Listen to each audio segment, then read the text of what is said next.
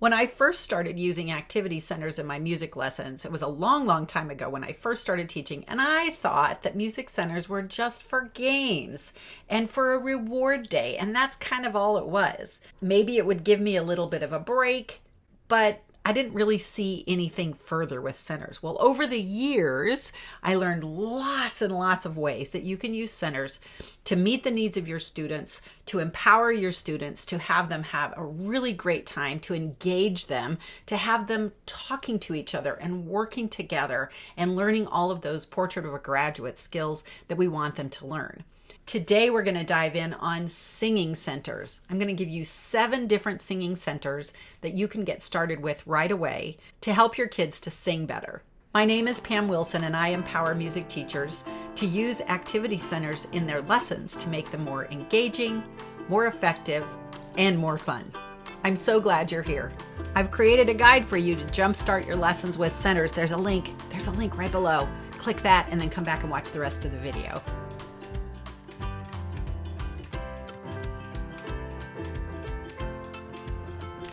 Learning to sing is a skill, just like learning to do just about anything else that is a physical thing. Children are at the perfect age to learn how to sing, but there are some developmental things that we need to know about singing in order to get them to sing correctly and to not kind of overwhelm them, right? So learning to sing on pitch is something that comes in usually around age 7 or 8. And may not come earlier. You could have a 5-year-old in your kindergarten or even a preschooler if you teach preschool that is singing on pitch. This is absolutely a thing. But developmentally, that's a little ahead of their grade level. So when you start doing singing activities, you're probably going to be really finding their singing voice is really the goal for your youngest students. And then singing on pitch becomes a goal towards the end of 2nd grade and into 3rd grade. So that by the end of 3rd grade, most of your students, if not all of them, should be singing on pitch. That means the activities that you want them to practice in a center are things that you've already done in your class so that they are not really confused about what to do. In my classes, we always talk about how your voice is very personal and that it's very unique and that you have your own sound. But a lot of times kids don't really understand what their voice sounds like. So having activities where they can just have some free play with their voice is a great place to start with centers. These first centers that I'm going to show you all allow the children to just free play with their voice and have a good time. Let's look at some centers for singing. Here's one that I really like, especially with the older kids when we're working on matching pitch. These are different ways of them listening to themselves sing. So this is actually from a speech teacher where they have the kids hold it up. They call it a telephone. And they can hold it up to their ear and they can hear themselves sing. Well, I had heard about these. This is just a PVC pipe from a hardware store. And I get it large enough that the kids can hold it and listen. And then online a couple of years ago, I saw somebody doing the same thing with dryer hose. I used some duct tape. It is actually dryer duct. I used some duct tape to tape down the wires on the end. And the kids just love this. They are amazed at how well they can hear themselves. And they love to practice their singing. And so they can really hear the pitches. Story is one of my favorite centers. Kids sometimes get nervous about singing. So I give them something to keep them not thinking about singing. These little puppets, a friend of mine made for a baby shower a while back.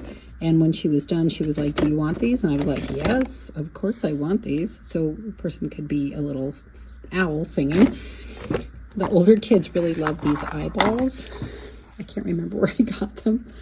But you just put them on your finger and then you get to sing. You create a little puppet just out of your hand, which is kind of fun. Then I have a million different puppets. I'm sure you do as well. So here's a bunch of finger puppets. These are all different animals that the kids can sing. And then over here we've got some hand puppets. These are animals obviously as well, but they're more hand puppets instead of finger puppets. It just makes the kids not worry about their voice. They're just playing with a puppet. I love using this Rory's Story Cubes for singing especially with the older grades, because they can make up a little story and sing the story. As long as they're singing, they're doing the project that I want them to do. This is Actions, but this is the original. And by the way, this is available on iPads as an app as well, which is kind of fun. You just shake the iPad and it comes up the same way. You can purchase the add-ons on that, but the basic one is free. So I usually have them take 3 or 4, maybe even all of them, and shake them. So wherever it falls, then that's what they would choose to sing about. So they might sing, I was searching all around, before you know it, I found a pyramid, and that pyramid had something very special in it. It was an apple. And then that's all they have to do. If they're using their singing voice or singing on the pitches that we're working on, then the kids give them a thumbs up and they pass it to the next person. This is a really fun and creative way to practice singing.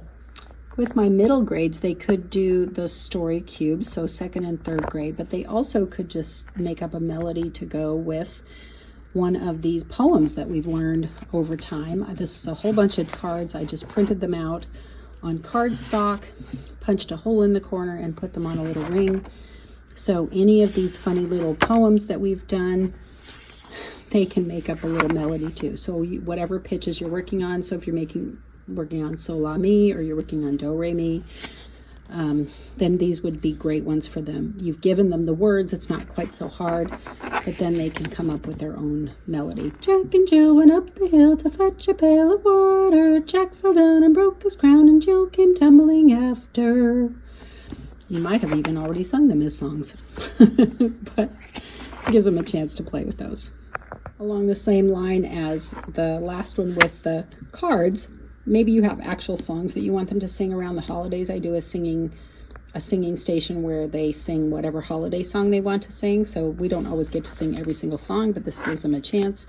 In case they don't know it, I've put the words on the back, but they just get to sing whatever song, and they take turns in the group and everybody sings the song. And this is a favorite for a lot of the grades. This is one I got from Music with Mrs. Alexander on Teachers Pay Teachers. It's called Melody Maker. I really love it because the kids get to create and then also check themselves. This is for the youngest students, 1st grade maybe, or even the beginning of 2nd grade, since they're not really reading notes yet.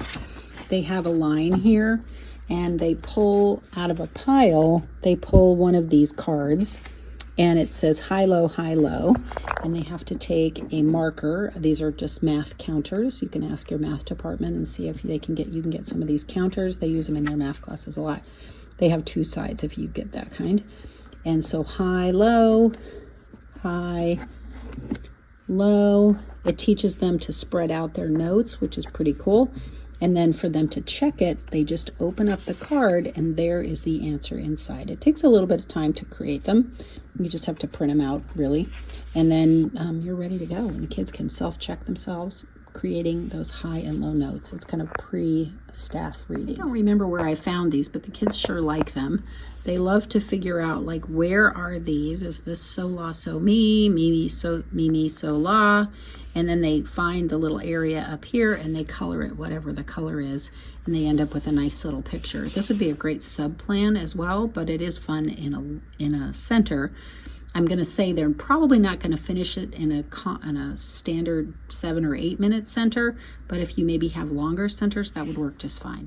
The last center that I didn't have a demo for, but I do want to discuss, is assessment centers. Kids singing for you for a grade is kind of a thing that kids don't like to do. One way, of course, is to do a lot of singing games and to just do the walk around assessment method where you just listen kind of to them and, oh yeah, they're on pitch. You could have an actual performance in your class where a group of children sing for the rest of the students. I've done that method for assessing singing. But if you want to have a little bit more time and a little bit more one-on-one with the students, you could have a teacher-led center, which is a little bit more advanced way of doing centers.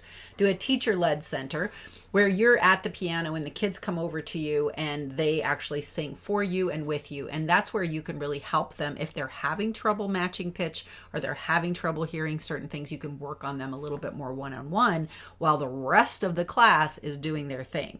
This is just one of the ways that centers can be so powerful in your classes, because you finally get that time to work one-on-one with your students. And we all know that that's kind of a rare thing. So assessment center is that last way of doing centers. There you go, friend. We got you started with your singing centers. Hopefully you have found at least one of them that you can use in your classroom right away. And that's the way it is with all of these videos, right? There's one thing. If you pull out one thing that's going to work for you, then you've had a successful time. What centers do you use to develop and practice singing in your classes? I would love it if you would add a comment. Let's share with each other and learn from each other and really become the most amazing, wonderful teachers that we can and help each other in this community of teachers. One last thing before you go, don't forget to click the link below to get your guide, your free guide, Jumpstart Your Lessons with Centers. My top tips on how to use centers in your lessons. Have a great week.